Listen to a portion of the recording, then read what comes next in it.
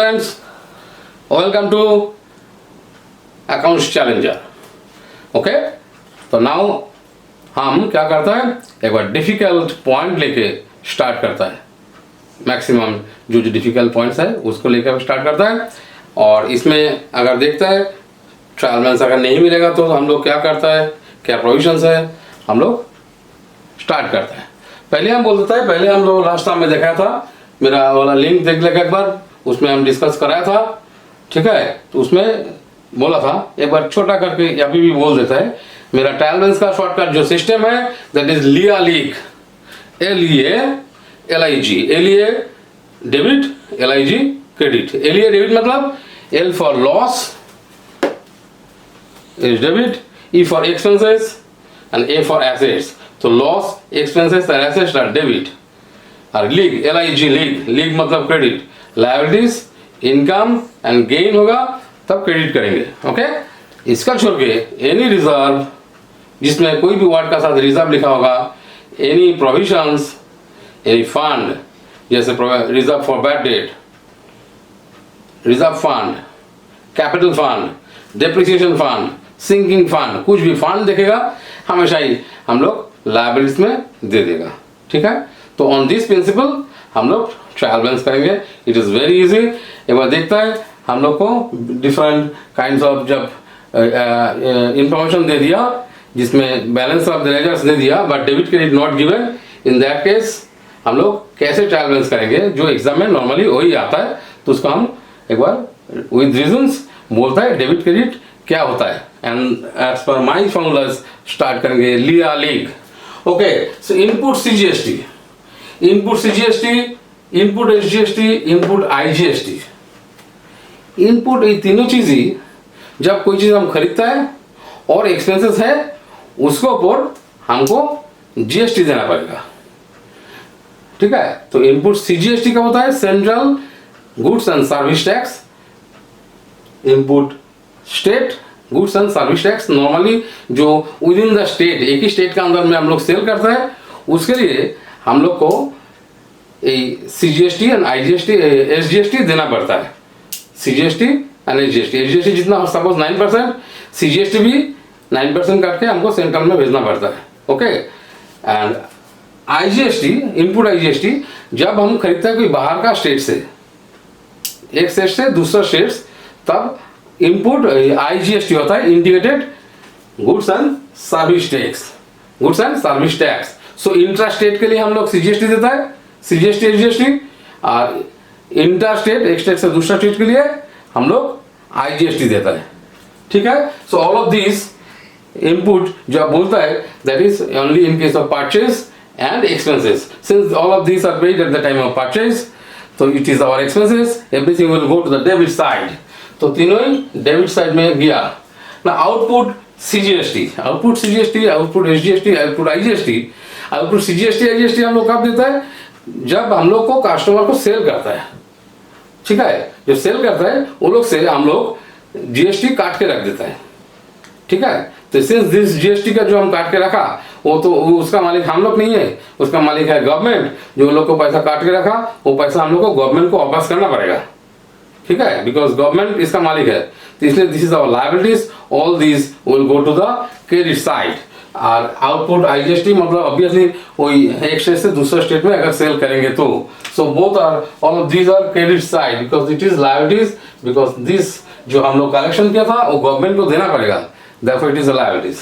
Next, बाकी easy, capital account is always liabilities whenever we are invested money into the business। तो bank to capital और cash to capital करता है, तो business is liable to the proprietor, as capital, बिस capital. तो business point of view से हम लोग सोचना पड़ेगा, एसेट्स आर लायबिलिटीज, नॉट मालिक का पॉइंट ऑफ व्यू से।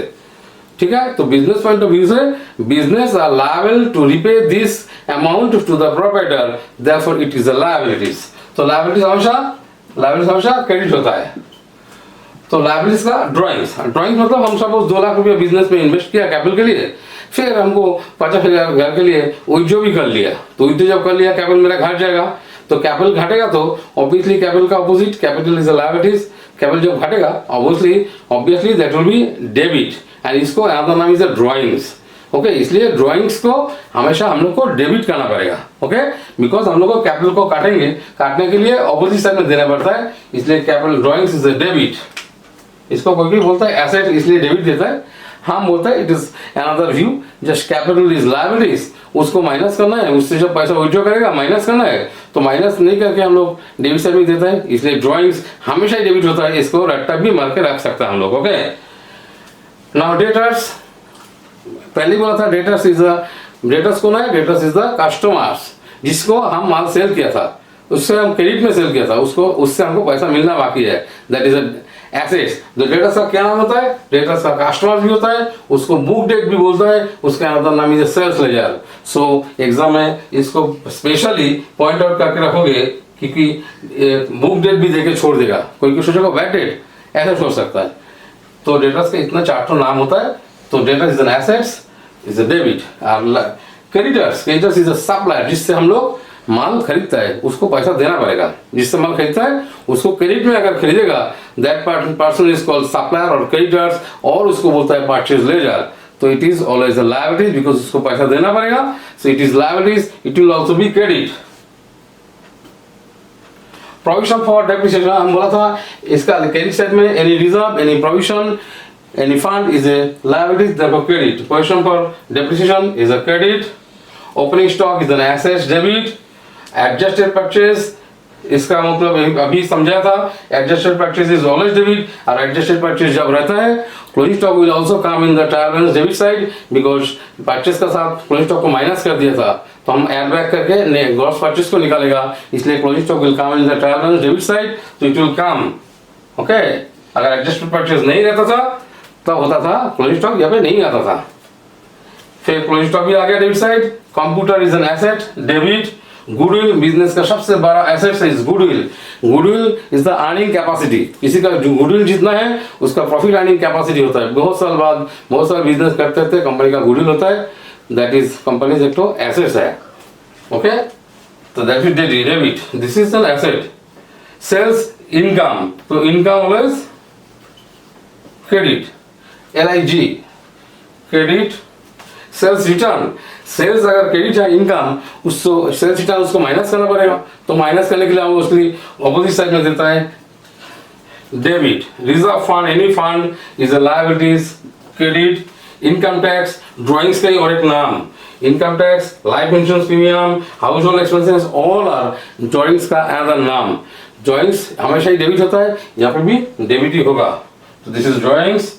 Insurance, life insurance is also debit, ठीक है। इसका एक बार डिस्कस करके इसका क्लोज करता है। Insurance premium is an expenses debit, repairs is an expenses debit, bills receivable is a negotiable instrument, it is an asset. कोई बिल का पैसा हमको मिलना बाकी है, बिकॉज हम सेल किया था, डेटा से हमको पैसा मिलना बाकी है, तो बिल भेज दिया, तो वो बिल का इज ए नेगोशिएबल इंस्ट्रूमेंट, वो चेक का तरह होता है, हम बैंक में जाके उसको एनकैश करा सकता है, इसलिए bills receivable is a debit.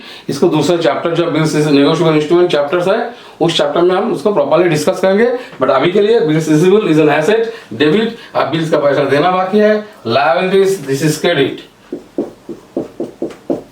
Lease hold premises, premises is basically assets. Premises जिस जगह में, जिस सराउंडिंग प्लेस है, जिस जगह में हमारा प्लांट है, हाउस है, फैक्ट्री है, उस जगह को बोलता है प्रेमिसेस, ओके।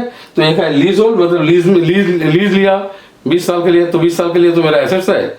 और तो फ्री होल्ड है, फ्री होल्ड मतलब उसका पैसा वो जमीन का पूरा मालिक ही हामी है, और कुछ है नहीं प्रेमिसेस का, तो इसलिए दैट इज फ्री होल्ड। तो दोनों ही एसेट्स, देयरफॉर डेबिट, दोनों ही assets, okay. Rent is an expenses debit. Rent from sublet, हम रेंट लिया कि रेंट किसी से भाड़ा लिया, उसको सबलेट करके एक्स्ट्रा अर्न कर रहा है, मतलब दैट इज माय इनकम, तो rent from sublet is income, therefore credit. Outstanding salaries, outstanding मतलब सैलरीज अभी तक भी पैसा देना है मालिक को, that is the proprietor, owner has to give the salaries to the employees, अभी तक दिया नहीं, that is liabilities for the business.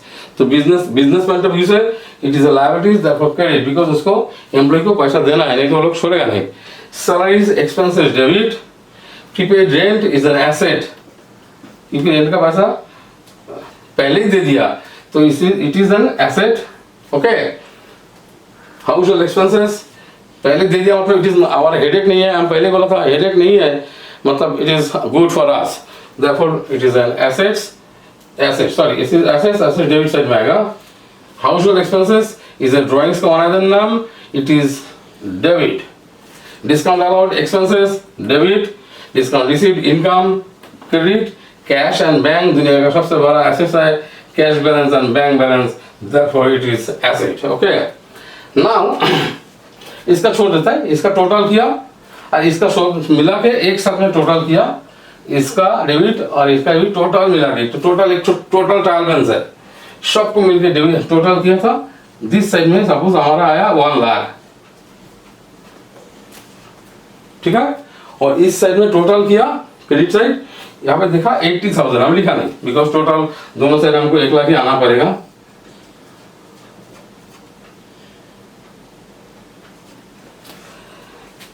लेकिन इस साइड में टोटल किया, टोटल इसका टोटल और इसका टोटल मिला के इसका आया 80,000, तो मेरा 20,000 शॉर्ट आ गया। तो ट्रायल बैलेंस का सिस्टम है, if everything is correct, arithmetical accuracies, posting, okay, सब चीज करेक्ट होगा तब हमको ट्रायल बैलेंस हमेशा ही मिलना चाहिए, because as per the double entry system total debit must be equal to total credit. लेकिन अरिथमेटिकल चेकिंग किया था, फिर लेजर पोस्टिंग पर चेक किया था, सब कुछ चेक करने के बाद 100% कंफर्म होकर देखा मेरा तो कुछ गड़बड़ नहीं निकल रहा है, तो हम लोग क्या कर दिया, टोटल किया, देखा यहाँ पे शॉर्टेज है 80,000 आ गया क्रेडिट साइड में, तो क्रेडिट साइड में 20,000 शॉर्टेज है। तो अभी अकाउंट्स का 20,000 जो शॉर्टेज है, हम क्या करेंगे, अभी टैक्स फाइल करने का भी टाइम आ गया, ज़्यादा दिन तक नहीं है, तो बिकॉज हमको पता है इसका बाद ही हम लोग क्या करेंगे, फाइनल अकाउंट करेंगे। तो फाइनल अकाउंट का पहले एक बार देखा, पहले ही जब तक लग गया मेरा 20,000 शॉर्टेज हो गया, तो फिर बार बार एक बार चेकिंग किया था, बट अभी टाइम भी नहीं है, तो फॉर द टाइम बीइंग हम लोग क्या करेंगे, एक तो जितना शॉर्टेज है वो शॉर्टेज को सस्पेंस अकाउंट बोल के लिख देगा। Note this, our account is 100% correct, हम लोग का हिसाब से पूरा देख लिया, कोई एरर पता नहीं चल रहा है अभी तक, किस कारण में कुछ नहीं पता चल रहा है, टाइम भी नहीं है, लेकिन हमको फाइनल अकाउंट भी बनाना पड़ेगा। ओके, सो फाइनल अकाउंट बनाने के लिए तो हमको टाइम नहीं है, इसलिए हम लोग 20,000 सस्पेंस अकाउंट में दिखा के मिला देगा ट्रायल बैलेंस।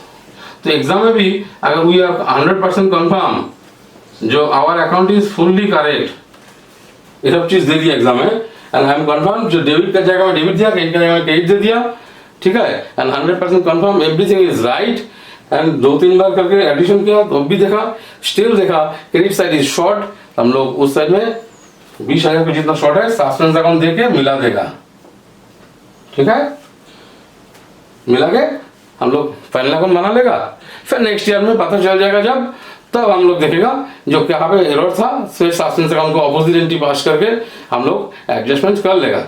लेकिन नोट दिस, अगर सस्पेंस अकाउंट अगर क्रेडिट साइड में मिला, मतलब हम लोग जो बैलेंस शीट बनाएंगे तो बैलेंस शीट में भी क्रेडिट साइड मतलब बैलेंस शीट का लायबिलिटी, इसका क्रेडिट मतलब बैलेंस शीट का लायबिलिटी साइड में हमको 20,000 शॉर्टेज आएगा, तो बैलेंस शीट में भी देखिएगा 20,000 का सस्पेंस अकाउंट है।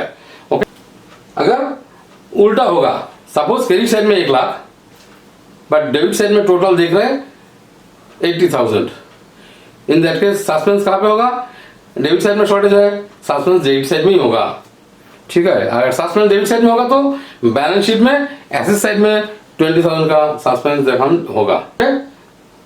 अभी के लिए इतना ही है, अभी बाद में और भी डिफिकल्ट समझ आएगा, बाद में हम लोग आपको डिस्कस करेंगे। Okay, thank you.